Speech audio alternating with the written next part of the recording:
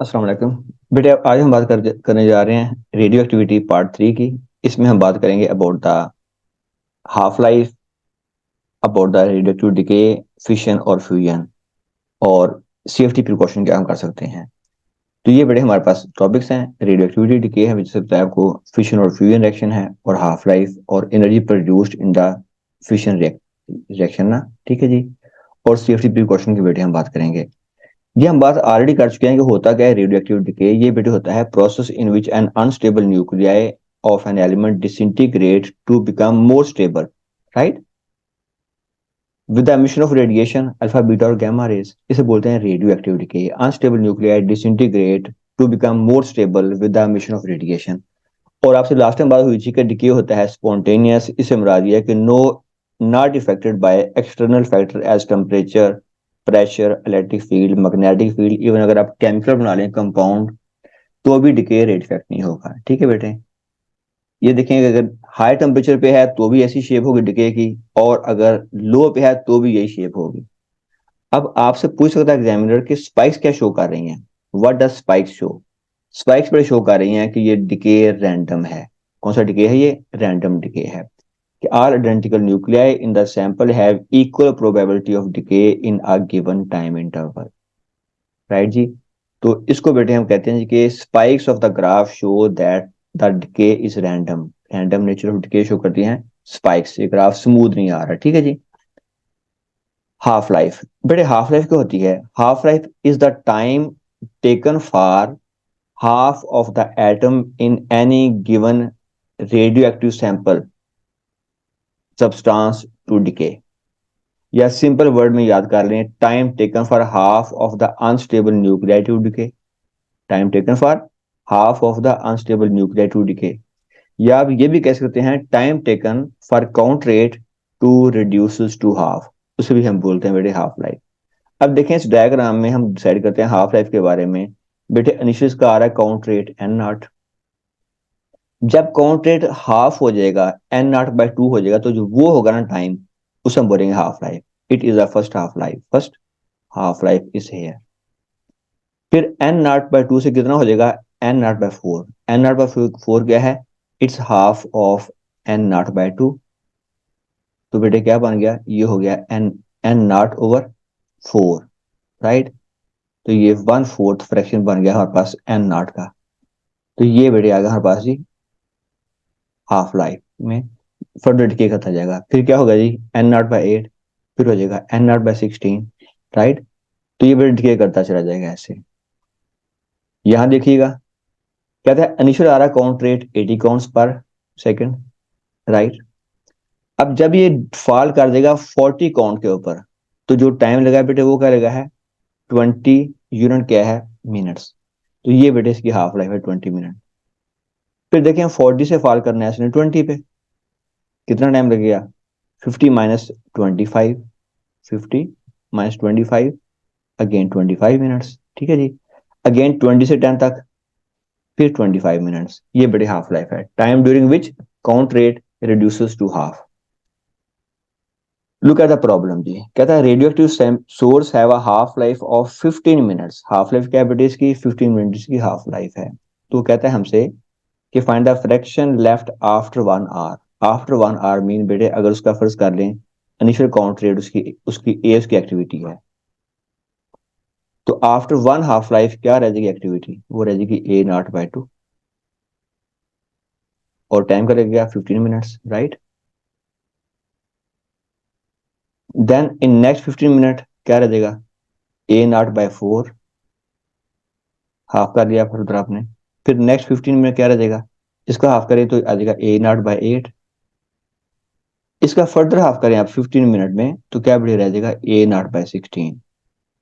तो ये आ गया 15 + 15 + 15 + 15 60 मिनट 1 आवर, ठीक है जी। तो ये बेटे एक्टिविटी रह जाएगी 1/16, चाहे आप इसको बोल दें इन टर्म्स ऑफ n0, चाहे आप बोल दें इसको in terms of activity. Activity होता है basically number of nuclei decaying per unit time, इसे बोलते हैं एक्टिविटी।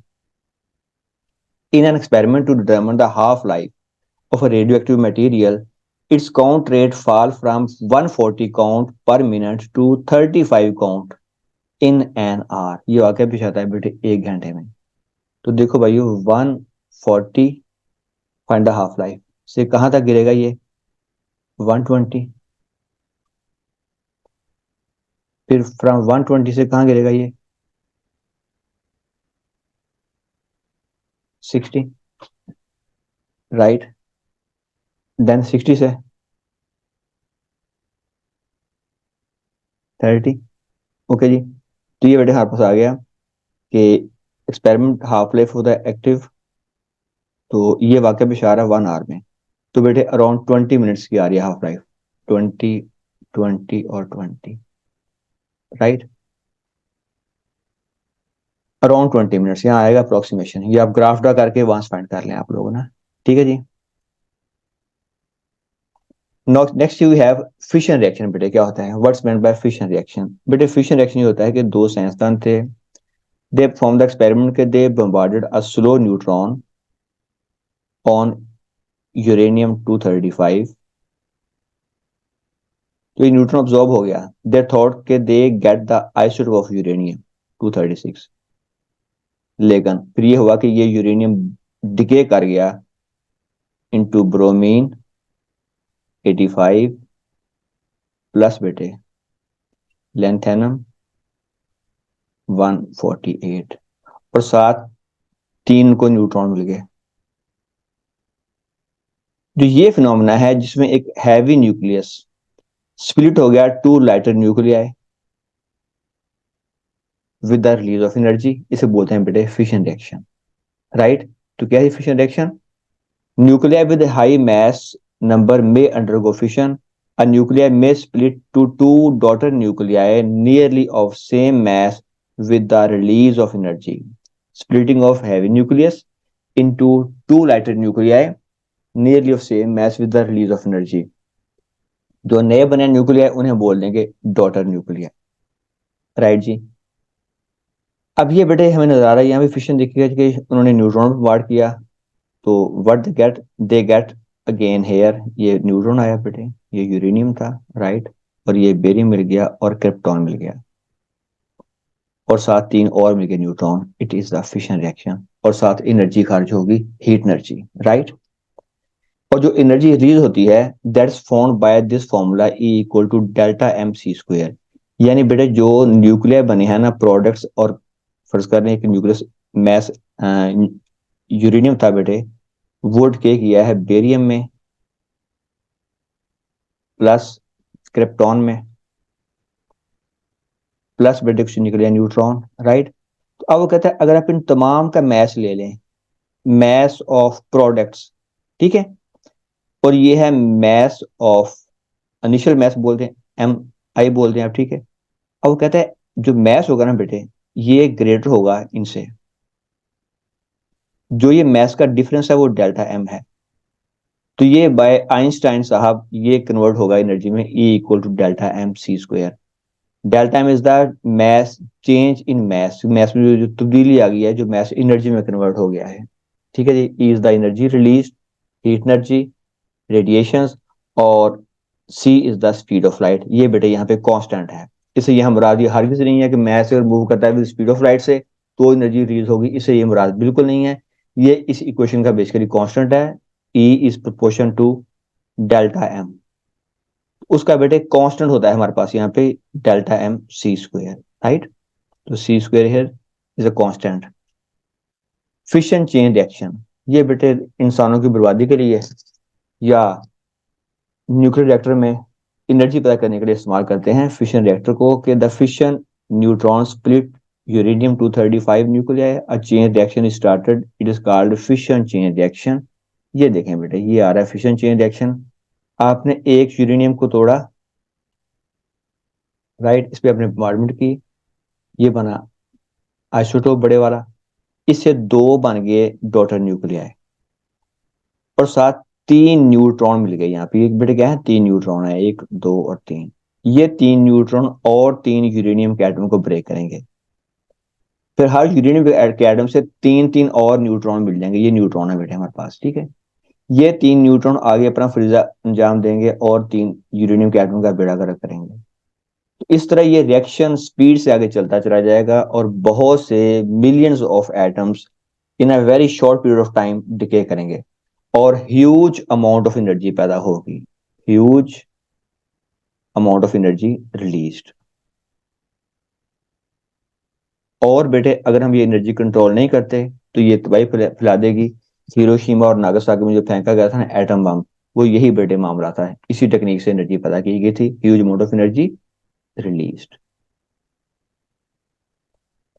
इसके अनुसार यहाँ दिखा रहे हैं हमें सेम चीज। ये न्यूट्रॉन आया, यूरेनियम का एटम, ये बड़ा बना एटम, ठीक है जी, अब्सॉर्ब करने के बाद फिर ये डिके कर गया और ये तीन न्यूट्रॉन आए हमारे पास। ये तीन न्यूट्रॉन और तीन एटम को ब्रेक करेंगे, हर एक से फिर तीन तीन और न्यूट्रॉन आएंगे।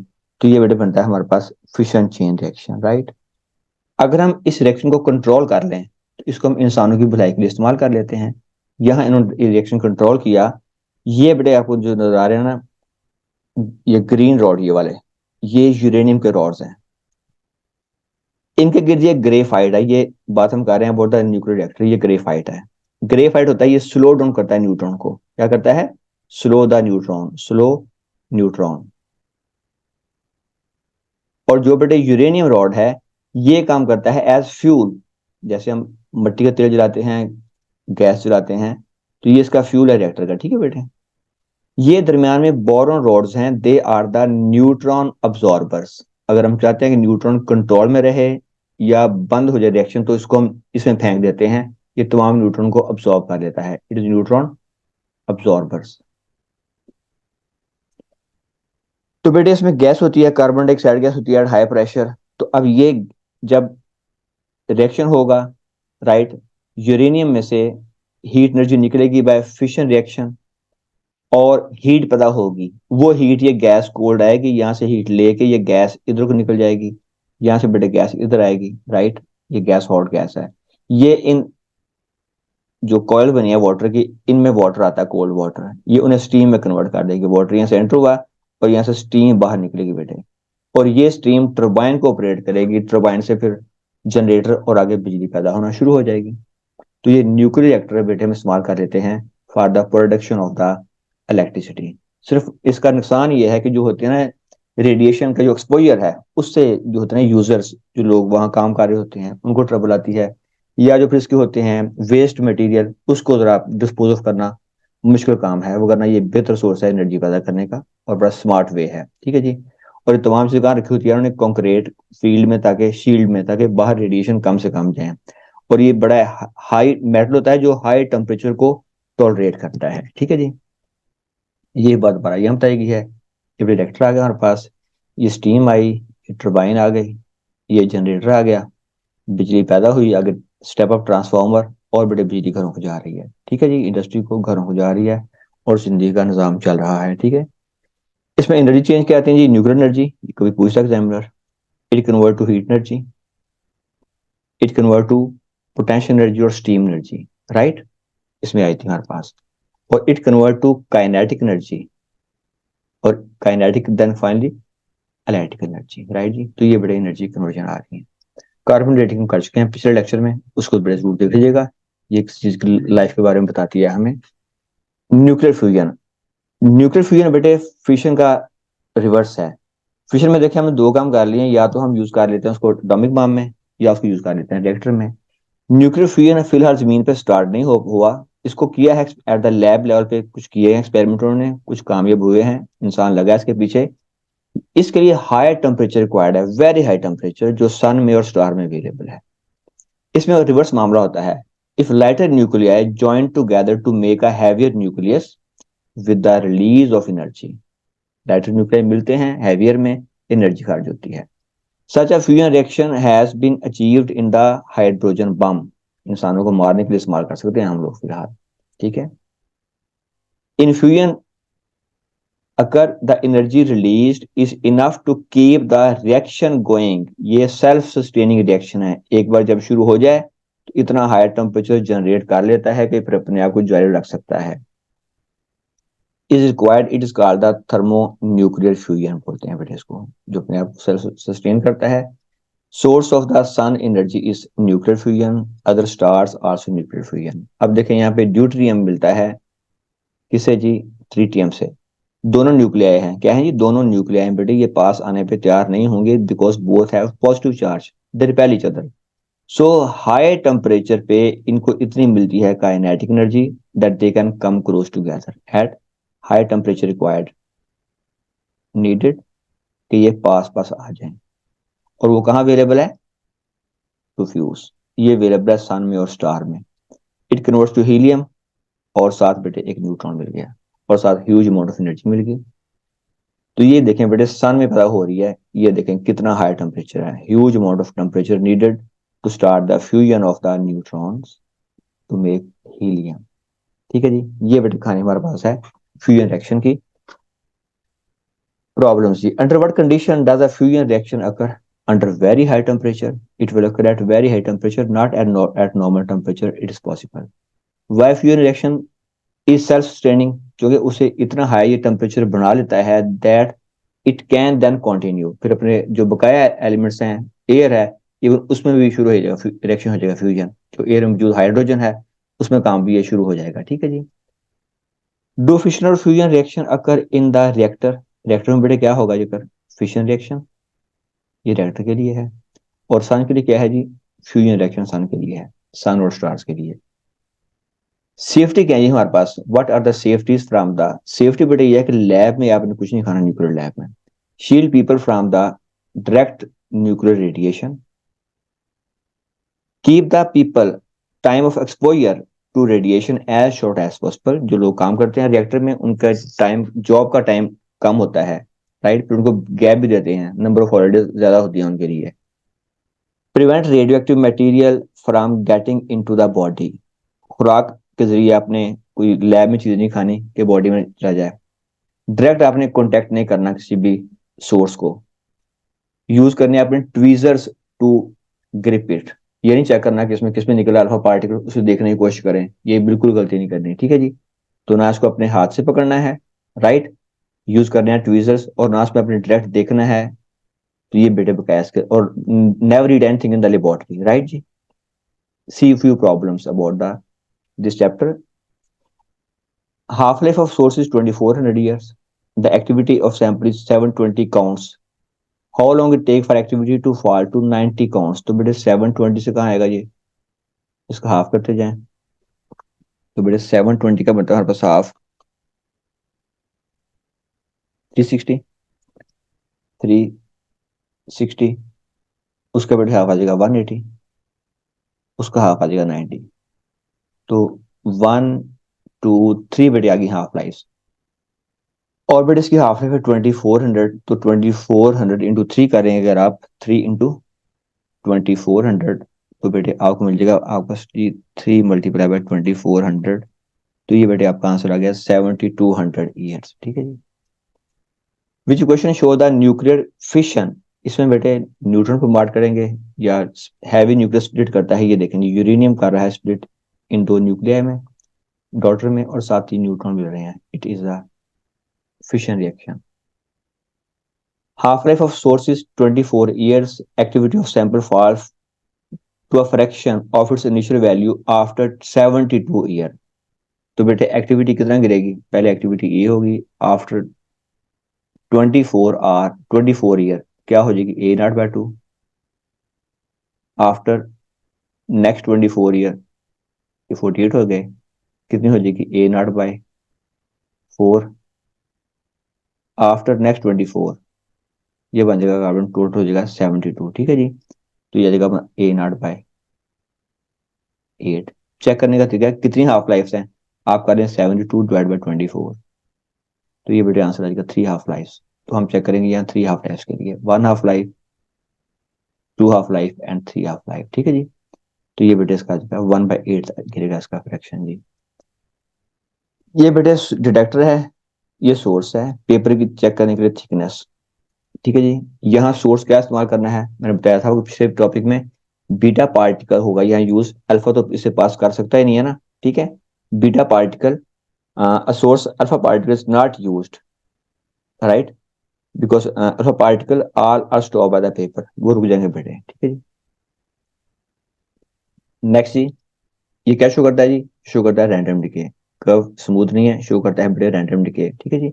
नॉट स्मूथ, क्यों है जी? रैंडम डिके, ओके जी। नेक्स्ट जी, radio telescope has half life of 6000 year. ये बेटे हाफ लाइफ उसके बारे में किए हैं रिपीटेडली, ये आप देख लीजिएगा, ठीक है जी। हम आ रहे हैं बेटे नेक्स्ट क्वेश्चन के ऊपर। ये which row is correct for the nuclear fission and nuclear fusion? तो बेटे फिशन में क्या होता है, लाइटर न्यूक्लियाई मिलते हैं हैवी न्यूक्लियस में, प्रोड्यूस स्मॉलर न्यूक्लियाई, यस जी। और energy source in star, C is the right answer बेटे, ठीक है। तो ये बेटे आपने इसको स्टडी करें, प्रिपेयर करें, अल्लाह को कामयाबी दे। अल्लाह हाफ़िज़ बेटे।